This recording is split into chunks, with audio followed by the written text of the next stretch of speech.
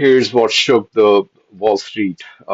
Alphabet announced its spending of $185 billion in infrastructure in 2026, double what they spent last year. Welcome back to Times of AI, where we break down the moves that matter.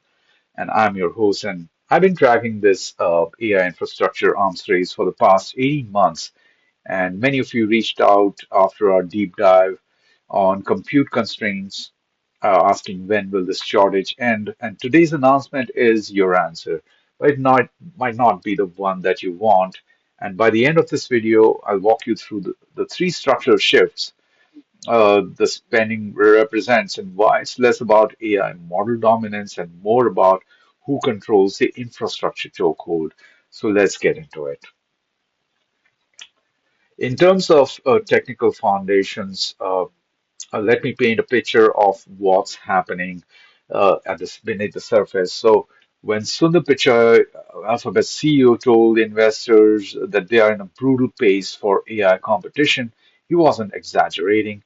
The architectural innovation here addresses the problem that caught everyone off guard. Compute capacity isn't just constrained, it's the new battlefield. So, threading the needle between model innovation and infrastructure build out has become the defining challenge of 2026. And here's the breakdown. So 60% of this capex goes to servers, 40% to data centers and networking equipment. And that's not speculative spending, that's infrastructure at national scale.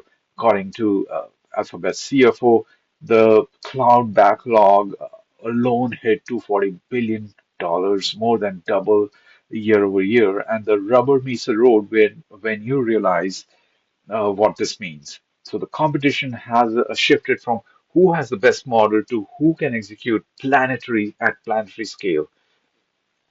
Three factors explain this acceleration. First, uh, power constraints are hard limits. So Alphabet's own infrastructure chief told employees the company must double the serving capacity every 6 months to stay competitive.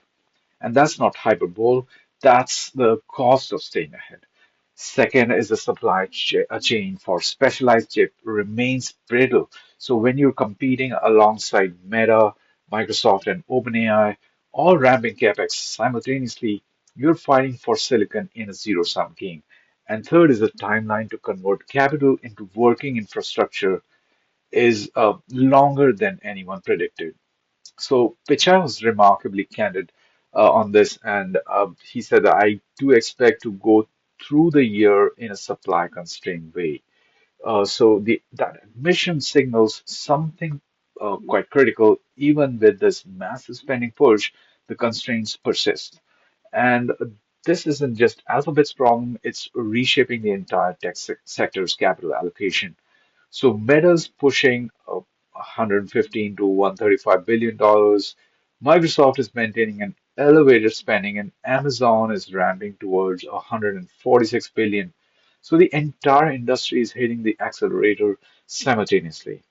But here's where it gets interesting. So the investments are already delivering results. So for Google Cloud, the revenue jumped 48% year over year, and Gemini 3 has driven about 8 million paid licenses. This means something critical. The CapEx isn't theoretical anymore. It's translating into revenue traction across search, cloud, and enterprise.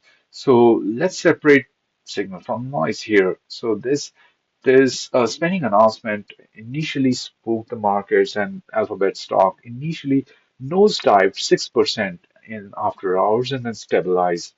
That whiplash reveals that investor confusion about the actual strategic imperative.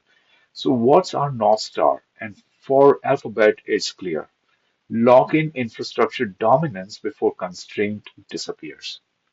So, the company isn't just building capacity, they're redefining a competitive advantage. And when you control the compute infrastructure, you control who gets to build the next generation models.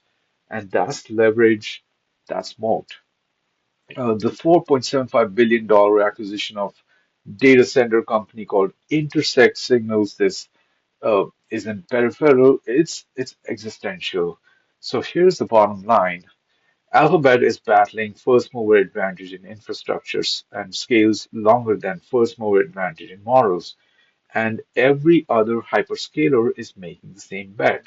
And we are witnessing a runway train on a rolling that keeps on rolling, and the momentum won't stop until either the power constraints are solved or capital dries up, and neither seems imminent. So the real question isn't whether the spending is justified, it's whether the industry can execute fast enough to convert capex into actual competitive advantage before the market punishes the ROI timeline. That's it for Times of AI, and thanks for tuning in. We'll catch up tomorrow again. Bye.